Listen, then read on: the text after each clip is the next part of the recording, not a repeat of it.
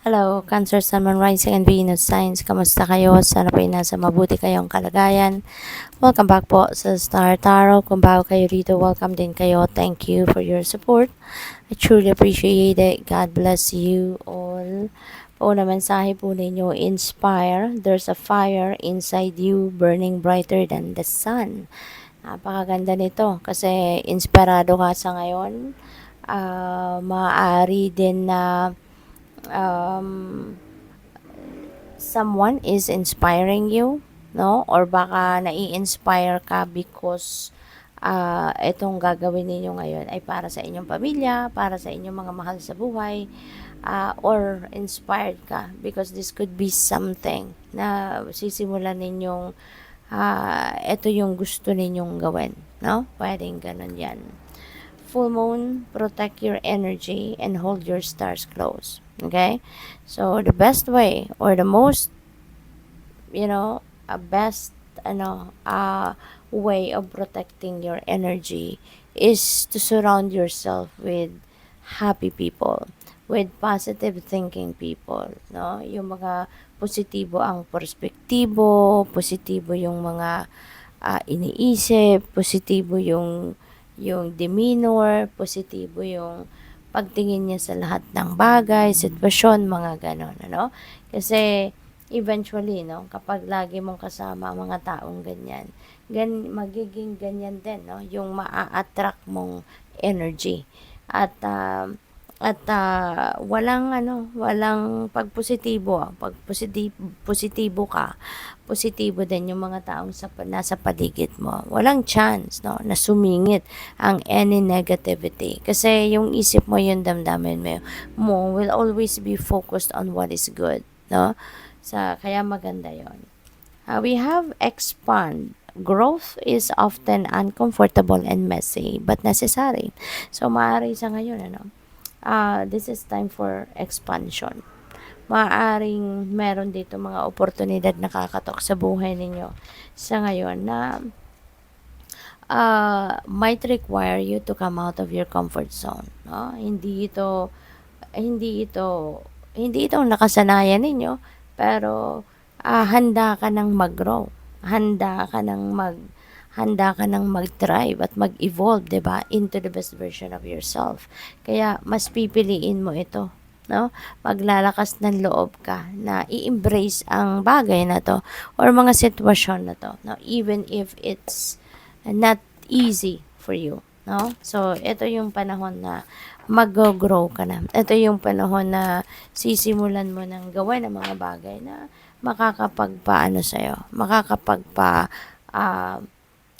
makakapag-improve ka, no, as a person, or magde-develop ka as a person.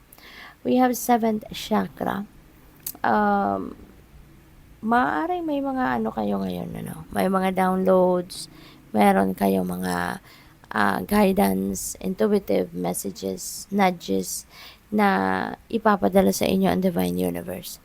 Kaya, you need to pay, excuse me, sorry po, you need to pay attention to the downloads, no, na papasok sa isip ninyo. Kasi gabay ito, maaaring ito yung kailangan ninyo sa ngayon para on how you're going to navigate your situation. Maaaring ito yung mga dasal ninyo. Maaaring ito yung hinihingi ninyong guidance from the divine para magkaroon kayo ng kalinawan sa inyong isipan, magkaroon kayo ng clear direction kung saan kayo dapat papunta, patungo, kaya pay attention to that. Meron dito mga inspiration, insights, no, na pwedeng dumating. We have 5th chakra, Archangel Gabriel. Archangel Gabriel is also going to help you, no, na magkaroon ka din ng lakas ng loob, no, na magsalita. Kasi si 5th chakra is yung truth natin, no. Yun ang chakra we're in, yung energy center na nag-govern sa ating communication, no. Kaya probably, ang iba sa inyo dito, walang lakas na loob siguro na magsalita, magpahayag ng totoo ninyong nararamdaman, kung ano yung laman ng inyong isipan. Maybe you could hardly express that. Kaya, with Archangel Gabriel, tutulungan ka na bumukas yung inyong throat chakra at matuto ka at magkaroon ka ng lakas ng loob para mag-express ng sarili mo, no? Puwede rin na baka may mga offers kayo, no, for trabaho. Baka may mga opportunity dito for work, for career, na related sa communication. 'Di ba? Baka nasa communication industry yung mga offers ninyo, or pwede rin na yun talaga ang trabaho ninyo. Pwedeng yun talaga yung career ninyo sa ngayon, no? What else? We have man holding a coin. Ayan. So, dito naman, probably, you are going to be dealing with a man na uh, siguro yayamanin. Now, this could be someone na wealthy, napakalakas ng coin, napakalaki ng coin na hawak niya. So, this could be someone that is very wealthy.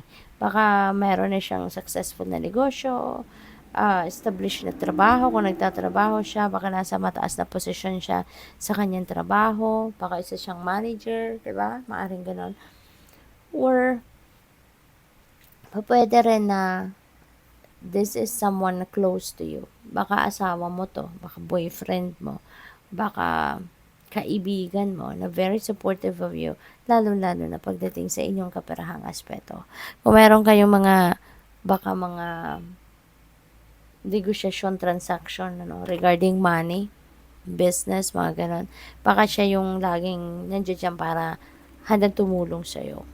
We have broken heart. Wow. Meron ditong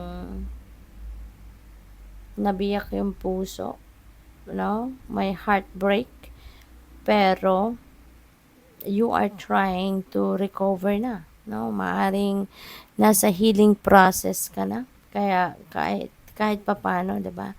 Nakadikit na yung dalawang puso, although may luha, kasi you are not totally healed. Hindi ka pa totally nakaka-recover, or na hindi nyo pa totally na-overcome ang kung ano man ang sakit na to. Nasa healing pa lang kayo. Nasa healing, no? At maaaring paminsan-minsan naaalala nyo pa kung ano yung sitwasyon na to na nakasakit ng inyong damdamin. So, what else? We have healer of the ages. Ayan. So, maybe you are a healer, Cancer. Baka meron kayong gift, no, of healing. Baka meron kayong galing sa panggagamot, no, in any way. Pwedeng nasa medical field kayo, pwedeng spiritual worker kayo, no, maaring ganon. So, regardless, no, maybe you are a healer. Possible din, ang iba sa inyo rito, baka kailangan ninyo ng healing energy, no? Baka meron kayong iniindang sakit, or baka meron kayong iniindang, pwede, no, na emotional burden, emotional pain, no? Yung kailangan gamutin sa inyo. So, pwedeng ganon ang sitwasyon. What else? We have angel of love. Ayan. So, dito, no, parang, so maybe, no, yung broken heart na to, that could be related to love and romantic relationship. Baka nagkaroon kayo ng samaan ng loob, nagkaaway kayo ng person ninyo, or probably ang iba naghiwalay, 'di ba? So may mga ganong sitwasyon. But that's not for everyone, ano? Hindi yan para sa lahat. But maaaring may ganong sitwasyon, may ganong nangyari. And the angel of love, this signifies na focus kayo ngayon sa self-love. Mas focus kayo ngayon sa pagmamahal ninyo para sa sarili ninyo. No?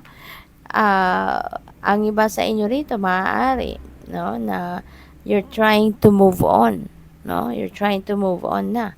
Kaya, pero sa pag-move on ninyo, mas pinipili ninyong unahin yung sarili ninyo. Self-love. No, maaaring yun ang pagfo-focusan ninyo at this time. So, good luck. Thank you for watching Love and Light. Namaste.